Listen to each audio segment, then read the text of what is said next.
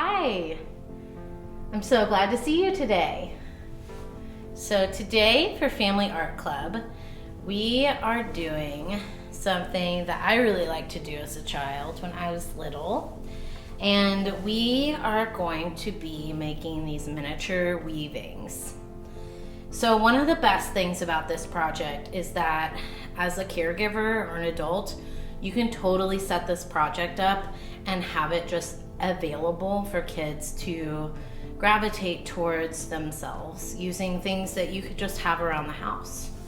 So the things that you're gonna need for this project are popsicle sticks. You could even use sticks out in your garden. We're just gonna make a frame with popsicle sticks today, but any sticks will work. And then a variety of different strings and ribbons and all kinds of stuff.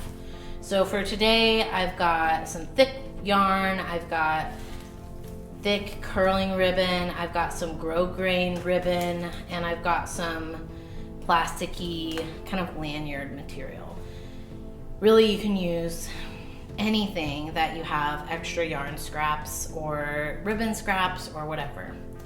So, and then you'll need a hot glue gun, or today I'm using some glue dots. They're kind of just a little less messy than hot glue, and kiddos can help you with it too. And then some string that I'm gonna use to make my warp or weft. So what we're gonna do is, you'll see that these are gonna be really mini weavings, and I love how small they are because then you can kind of just prop them up when they're finished in surprising spots. You could prop it up in a bookshelf, you could leave it for a little bit and then take it down and add new colors and patterns. Once you get tired of it, you just pull the ribbon right out. So I'm gonna uncover one of these glue dots.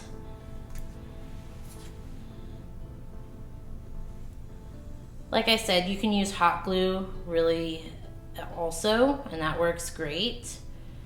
Or you can use tacky glue and just wait for it to set up before you actually start weaving.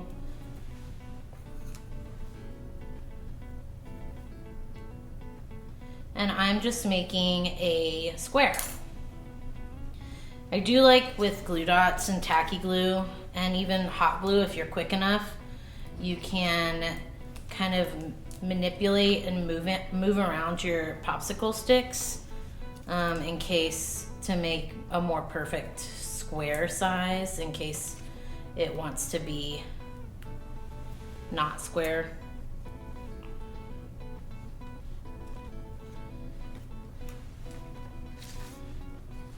So I've got my square,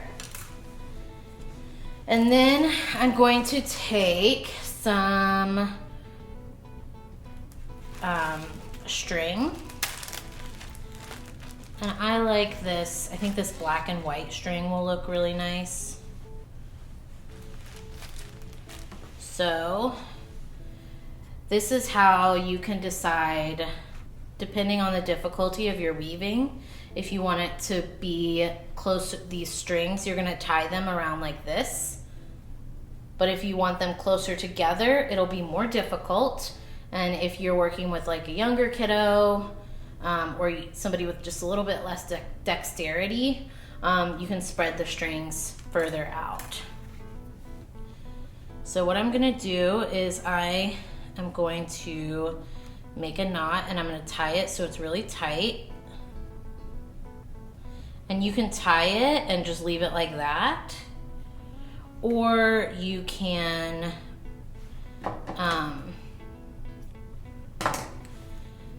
glue the string in place on your frame. So you just want it to be as tight as possible. So that's pretty tight. I'm gonna move it so that my knot is on the back and it's not in where I'm gonna be weaving. And I'm gonna trim my ends.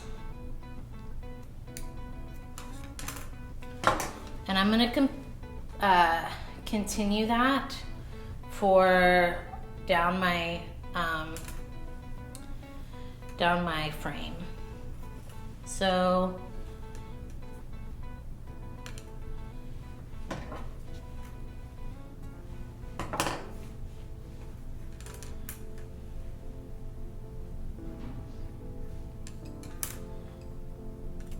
I'm gonna hold my finger to try and get my knots as tight as possible.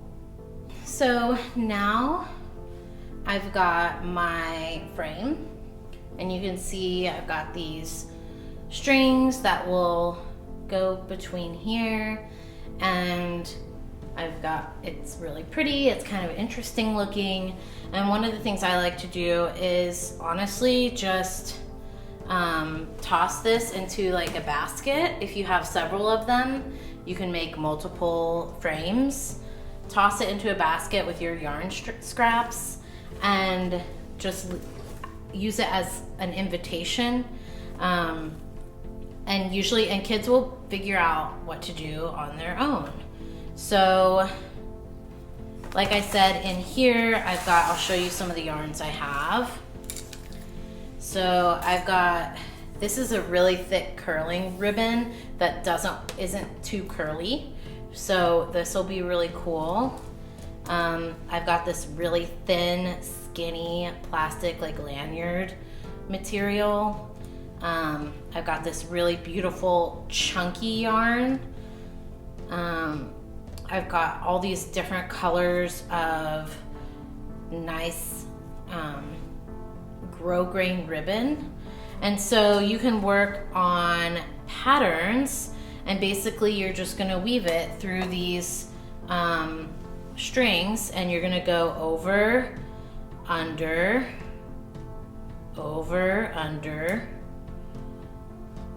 over, under, just like a weaving. And then I actually you can use your fingers to push your string up, and I like to leave my yarn so it hangs off the side, but you don't have to. You can trim the yarn if you want. All right, so here's my finished weaving. I think it looks really pretty, really cheerful, and I love it. And like I said, so I could leave this up, I could tuck it away somewhere. When I'm ready to move on and make a new one, I can just pull the strings out, add them back to my ribbon bucket, and I'll be ready to go for next time. So like I said, what I like to do is just, you can keep different strings and yarns collected in a basket, add your different frames. You can make big ones if you wanted to do like with sticks. If you have longer sticks, you can make longer ones, or you can just keep with these little nice mini squares. And just keep them tucked away for when you need a moment to be creative, but also kind of think and be quiet and kind of center your brain and everything on what you're doing right in front of you. So I hope you have fun. I hope you make these. And yeah, this is a lot of fun. I'll see you next time. Bye.